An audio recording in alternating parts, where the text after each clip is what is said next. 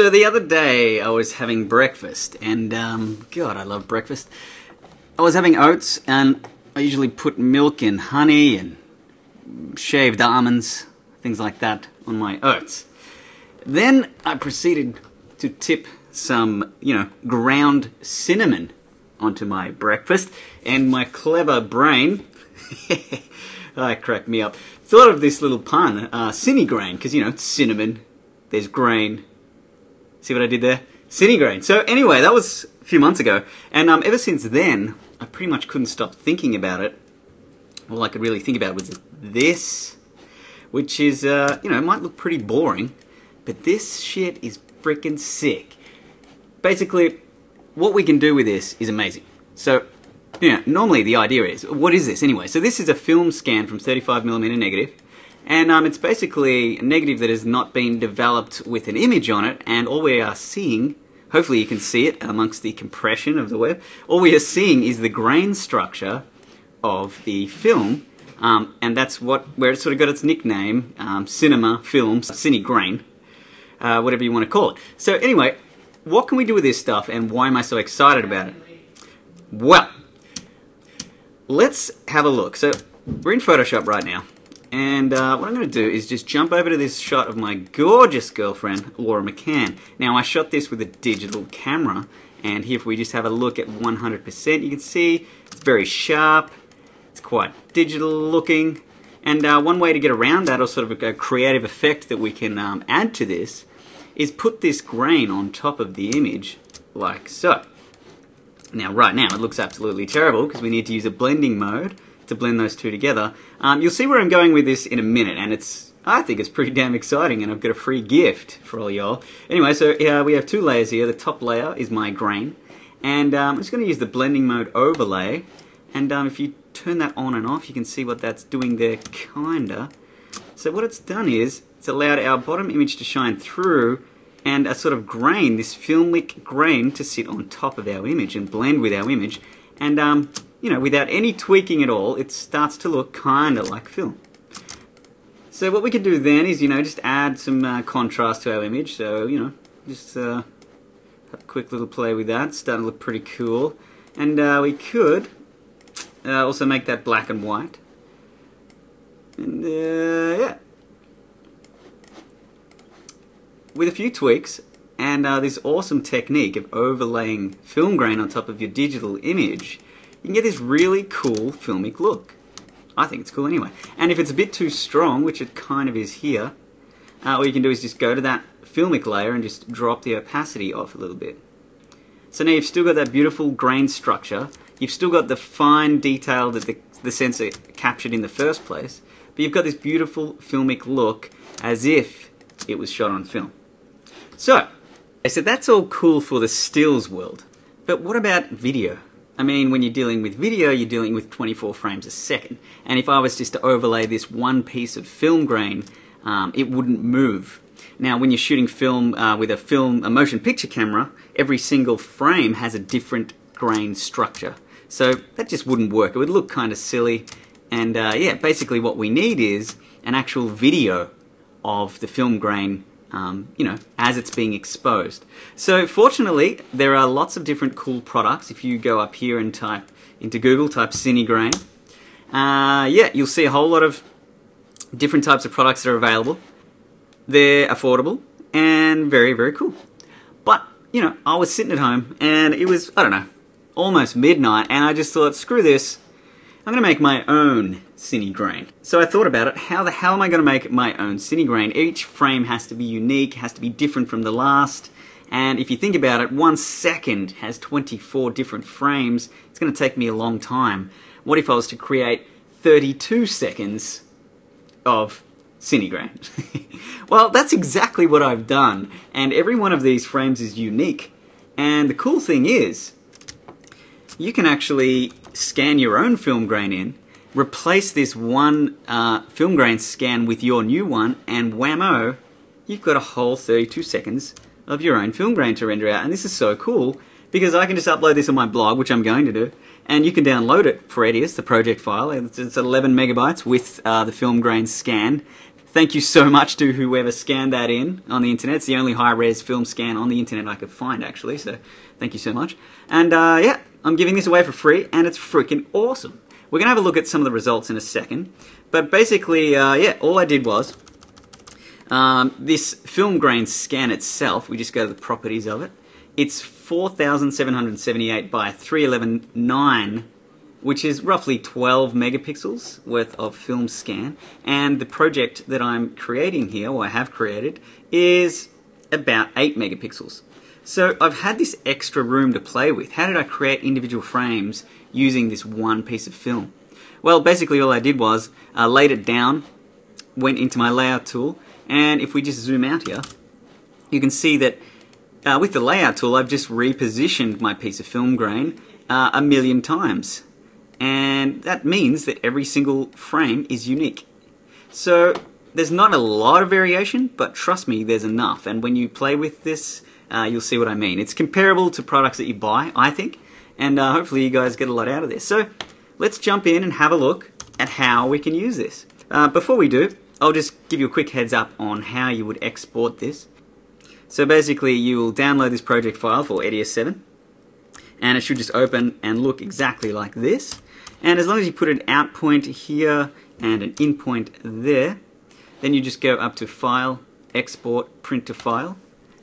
Now you can export it to whatever video file you like, but I recommend exporting it to a 10-bit video file, and one with virtually no compression or no compression at all. Now I'm working with Grass Valley products. I love EDIUS. It's the best editor out there. I'm going to get more into that later. And but I like to use Canopus Grass Valley HQX, which is an award-winning codec, and it's an awesome 10-bit codec. So AVI, Grass Valley HQX, and what I'm going to do is go to the highest quality, which is HQX Superfine.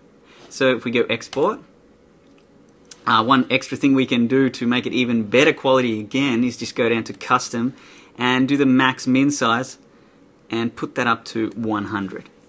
So if we go save, and I've called this one Homebrew Cinegrain Ultra HD, you'll notice it renders out to quite a large file, 4.6 gig, but trust me, this shit is worth it. Alright, so now for the fun stuff. You've rendered out your grain, and here's my one. It's called Matt's Homebrew Cinegrain, and if we just have a look at that, and that's some 4K grain right there. The cool thing is, every single frame is different, and it might not look so great right now, but when we overlay it on top of some footage, it looks freaking sick. So, there's a few things you can do, or a few things that I've been playing with. Here is a shot of my youngest brother, Benjamin. Hopefully he doesn't mind me using this. And yeah, this is when I first got my Red camera, actually. I was just marking around with some shots. But I thought this was a really good example of how we can get a super clean digital look and turn it into a bit more of a filmic, organic look. Now, unfortunately, I wasn't shooting with ND filters on this day, so the shutter speed's way up there. Shutter crimes ahoy. So I'll just fit this image to the screen like so. And what I'm going to do, just like in Photoshop, is have two layers. Bottom layer being the footage, and top layer being my homebrew. I'm just going to throw that on there. 32 seconds worth of glory. Now in EDIUS, if anything is larger or smaller or misfitting to the project size, EDIUS will just fit it from top to bottom. So as you can see, this homebrew is 4K, where if we go to the project settings of our current project, we're only in 1920 by 960.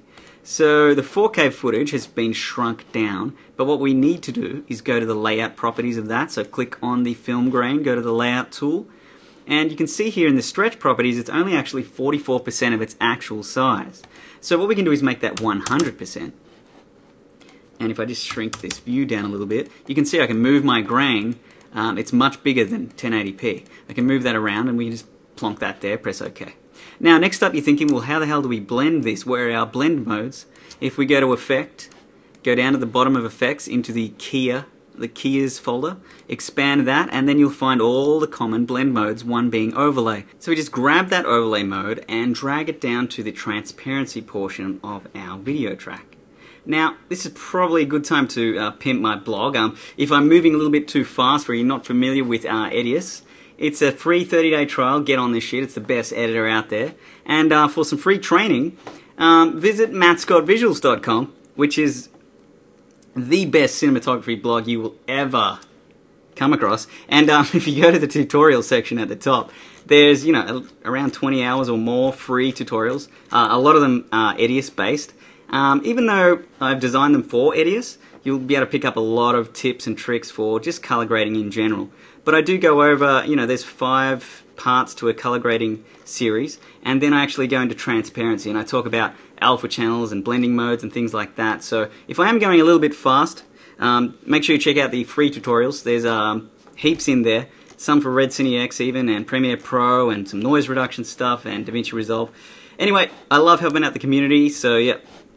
So we've placed our cine grain on top of our video footage. We're going to use overlay and drag that onto the transparency track of our grain, and whammo. Check this shit out. No color correction, no curves, no nothing. If you look at this, we've got instantly this 35mm film look. It, you know, it looks more like 800 ISO sort of grain here. It's quite large. But this is where the cool part comes into play. Now we can really customize this homebrew film grain and get it looking as awesome as we want it to. So what do I mean by that? Well, firstly, we can just press Shift and we can drop the opacity just like in Photoshop. And we can change the intensity of the grain. Before we do that, let's just have a quick look at the differences between the grain and no grain. So if I click on the information palette of our top track, information, go to the layout tool, and instead of using the transform properties, I'm going to go to the crop, and I'm just going to crop it like so. And let's press OK there, and now you can see full screen how drastically different this is, and probably how over the top this film grain looks. So how do we sort of combat that over the top look? Well, one of the ways is we can just simply press Shift, make sure you've enabled mix here, press Shift in the transparency section of our track, and we can drag the opacity down to anything we like. Another quick and more accurate way to adjust the opacity of a track is just to right click on that line, move all, and type, for example, say 65. And that's going to move it all down by 65%. And, you know, it's starting to look cool. It's starting to look like film. Let's just have a look at the differences here. How awesome is that? So you've got this super crisp, super digital, clean look on the left, and this sort of organic looking film look on the right. And remember guys, this is free. I was freaking out about this last night. I'm super excited. And yeah, so that's one way we can sort of back it off a little bit. But I'm going to go crazy with this. There's a whole lot more you can do. So another thing we could do is we could expand it to its full 100%. So it's, you know, 100% opacity. Let's go back to the layout tool, and this time instead of making it 100%, this time I'm going to make it 50%. So make sure that I'm on the transform properties of my layout tool, and I just go stretch to 50%. Now if we just get rid of our cropping from before, and make sure it's in line with our project. Actually, a really quick way to make it in line is if we just go up to preset and go fit width. That's going to make it fit exactly in the middle. So we press OK to that. Now we have a much finer grain structure. Now to me this is what looks sick. This looks like real 100 ASA film. I mean, look at the textures, the details. We haven't lost any resolution, but we've got this beautiful grain structure, and I'm just loving this. This is 100% opacity as well. So that's just simply dragging and dropping that grain clip, go to effect, go to overlay, drag that down there, and wham, we have this awesome film look in the works. So what about other characteristics of film? So yes, there is film grain, that's one characteristic, but what about the way highlights blow out? Or sometimes the way highlights bloom, it's called. So even on films like Django Unchained, you'll notice that all the highlights in that film, and a lot of other films in Hollywood do this as well, they've got this sort of beautiful glow to them where midtones and shadows don't. How do we achieve that in post? Well, it's real easy, and let's combine it with this film look that I've created as well. So what I'm going to do is we need 3 tracks to do this. I'm going to move our film grain to the top layer, and I'm going to duplicate our video track just by click, drag, press Control, and that'll create a duplicate. If you're working in Premiere Pro, you can press Alt, drag, and it'll create a duplicate. So now we have 2 tracks. Nothing seems to have changed as yet. What if we change the blend mode of the middle track to screen? Now you can see this sort of blown out look. And next up, what I'm going to do is go to Effect, go to Gaussian Blur, which is a 10-bit filter. It's absolutely beautiful, this Gaussian Blur. And I'm just going to drop that down to about 2%. So now we have this extremely diffused sort of look, but we're still managing to hold on to sharpness because we're using a blending mode of screen. The only problem is that everything's glowing here. I just want the highlights to glow and bloom out. One way to control that blending mode, the way the screen blending works, is we can place an effect called YUV curve just on top of that track. And with the YUV curve, what I'm going to do is just crush the blacks. And what this is going to allow me to do is only let the blooming, the glow effect to come through on the highlighted portion of our clip. This is really, really cool. So now we're really manipulating this film look and really being creative with free tools here. So another cool thing with EDIUS is we can always split before and after and just have a look at what we've done. And press OK. What I'm going to do is just turn off this track and just have a quick look. So as you can see, we've added this diffuse glow just to the highlights. And it might be a little bit strong, so I can just hold shift and drop the opacity there.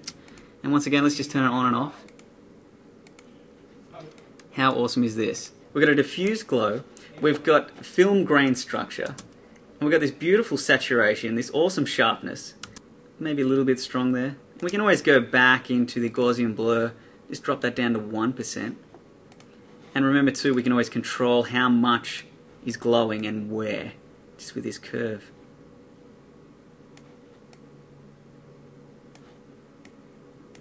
Press OK. How awesome is this? Let's have a look at another shot. This one is cool Ethan, a brother from a different mother. And once again, we'll just fit the width of the clip to fit our project. And let's just have a look full screen. We've got beautiful exposure here, we've got nice detail. But look how clean and clinical the shot looks. We just need to add that film grain, that organicness. You're going to hate me saying that word after a while, so maybe you already do. We could just go up to our bin and grab it, but I'm just going to, control click and duplicate this one, bring it over.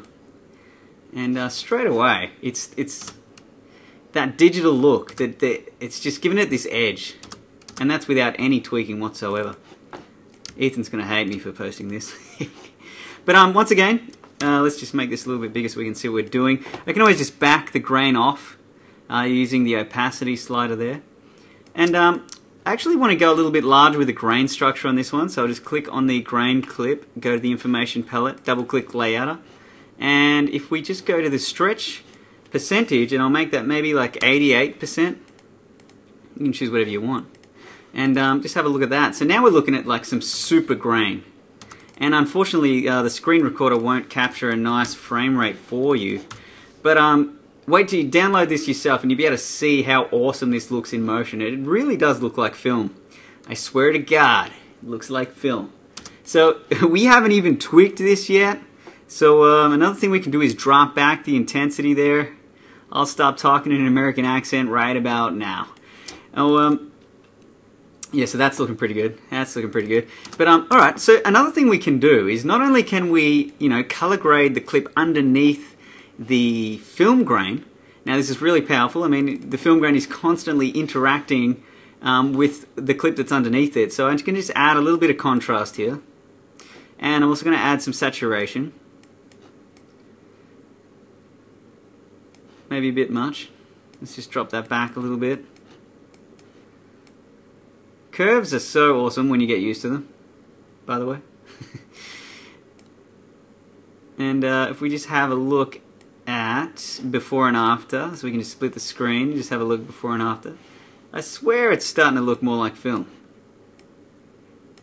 Press OK, and let's just have a look at that full screen. The way the grain moves and interacts with the image is actually blending with pixels, and depending on the brightness of the pixels underneath the film, it's going to blend in a different way. And this is what's so powerful and flexible about this technique. I mean, it's nothing new. I guess I'm just offering it to you for free. That's what's new. It's freaking sick. One other thing we can do is manipulate the actual color of the grain on top of the clip. So if I go to Effect, grab the wavy curve, drop that on our top grain, then we can actually change the color of the grain on top. And what does that do? Well, it's like you can customize and emulate your own film stock is in terms of like, is it daylight balanced film? Is it tungsten balanced film? And you know what? You know, with a few tweaks here and there, I'm just using YUV curves alone. It's starting to really look sick. Maybe it's just me. Anyway, moving on. Let's have a look at another more creative sort of way you can use it. This is a more cliche, old school sort of camera look. And I'll just fit this to the comp width. So I shot this one with the 5D Mark II, just using the standard H.264 settings. It's just a quick focus pull here. I think this is Jerry Guionis's camera collection, actually. Yeah. Hey, Jerry. Anyway, so as you can see from this shot, it's super sharp, super clean. There's no noise whatsoever. But if we add, let's just drop that onto the second track, and let's just duplicate that film grain up here so it's on top.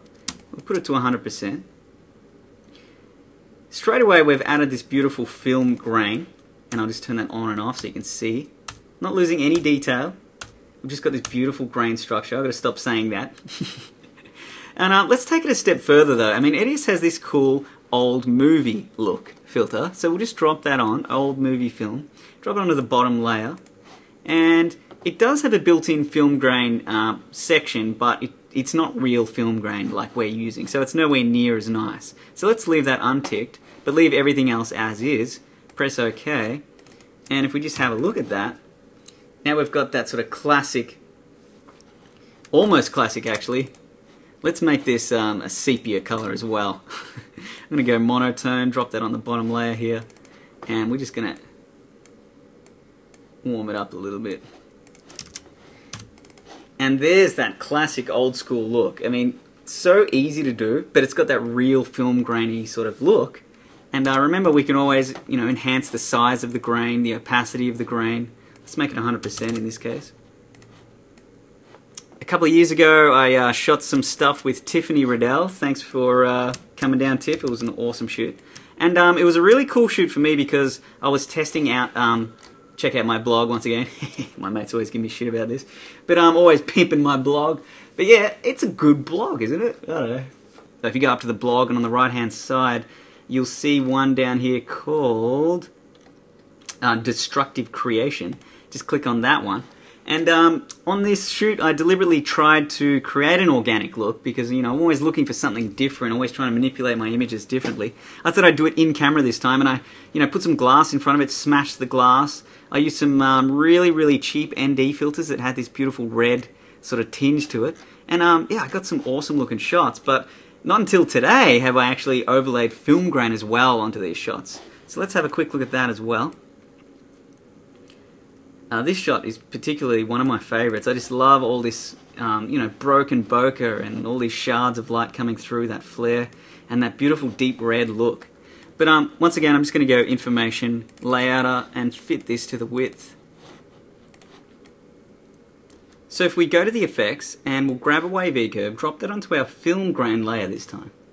First off, if we double click the YUV curve, we can actually adjust the contrast of that film grain. And what that's going to allow us to do is control how coarse the grain looks, what portions of the grain really shine through. So it's a really effective technique and quite flexible.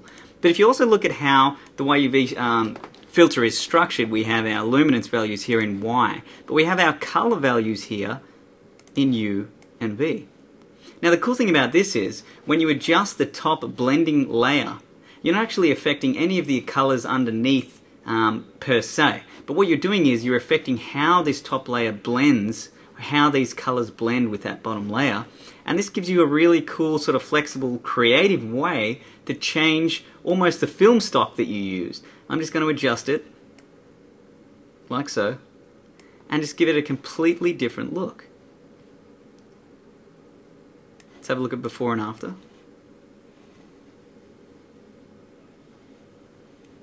Really emphasize like the flare and stuff like that. Now remember, working in a 10-bit color space is crucial. 10-bit minimum is crucial when doing stuff like this. Blending modes and things like that, they really do start to show up banding. Now in this recording right now, I'm getting no banding whatsoever. So maybe you're seeing some banding online due to 8-bit compression. But if I had this in an 8-bit color space, settings, project settings, and we change that to say 8-bit, you're going to start seeing heavy banding artifacts when it comes to graduated smooth surfaces. So it's really important that you do work in an editor that, one, supports blending modes, but two, supports a 10-bit color space. It's really, really important for anything color correction wise, but especially when you're doing blend modes. But how awesome is it, the fact that, one, we can color grade that bottom layer however we like, but we can also just manipulate that top film layer and give it a completely different look. So we're adding grain structure, we're giving it that organic texture, but we're also changing the color of it as well. And remember, that's just using the YUV color portions of our YUV channel. Let's have a quick look at another shot. This is one of my favorites from the day, and I'll just move it over here just so we've got a fresh sort of place to play. And I'll grab that film grain and drop it on top there, and I'll just delete that YUV curve. So with this shot, I'm just going to fit the width of the comp again, just real quick. And same with our grain, which it already is. Alright, so let's have a quick look at before and after.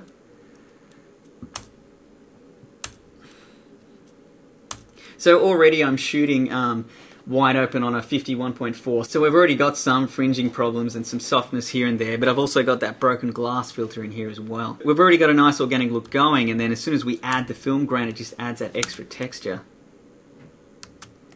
But I'm just going to try one more time that sort of blooming highlight glow mode, just to emphasize it even more. So I'll just click, drag, press Control, so we've got two of those. Go to Effect, go to Gaussian Blur, and I'm just going to blur it. Look how beautiful that 10-bit Gaussian blur is. It's really nice. Real time as well. So we just Gaussian blur that to about 2%. And then we go Effect, Screen. And now that blur's coming through. We just need to adjust how much of it comes through with a YUV curve. And if we just drop those shadows, only the highlights glow. So here we have a pretty freaking awesome look. Get on this film grain stuff. It's super fun. It's super free. Hopefully you've enjoyed this tutorial, but it's more so just a heads up and to get you to start thinking creatively. I love this shit. Thanks for visiting my blog. Thanks for all the support with my tutorials. I really appreciate it, guys. Have a good day.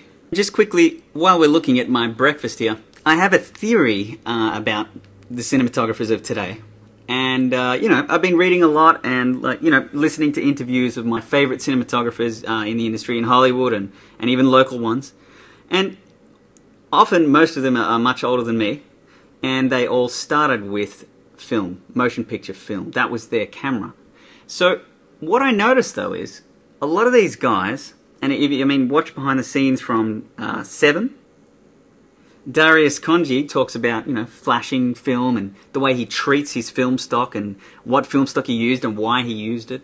I mean, this seemed to be a pattern. This seemed to be something that I noticed that cinematographers, the greats, they all had this innate knowledge of how to process film, what film was good for what, and, you know, doing even little tricks to the film to get it to look a certain way. They had this extraordinary knowledge and this experimental attitude with the post-production side of things, with the developing side of the film that they shot with. Now, today's cinematographers, and I guess I could call myself one of today's cinematographers, we're lucky enough to work with cameras like Red or even a DSLR. We're lucky enough to see exactly what we just shot instantaneously. And we're lucky enough to have tools, free software, to grade footage, to manipulate our footage. But what I'm starting to realize is, we don't work with motion picture film, but we still need to understand the medium we're working with. We still need to be able to push the boundaries and really know how to develop the footage that we've just shot. And that's why I study color correction every single freaking day. That's why I'm thinking about ways to manipulate my footage to get it looking a certain way. That's why I look at my breakfast and think cinegrain. The best cinematographers, they know everything about their camera, but they also know exactly what to do with the footage later on.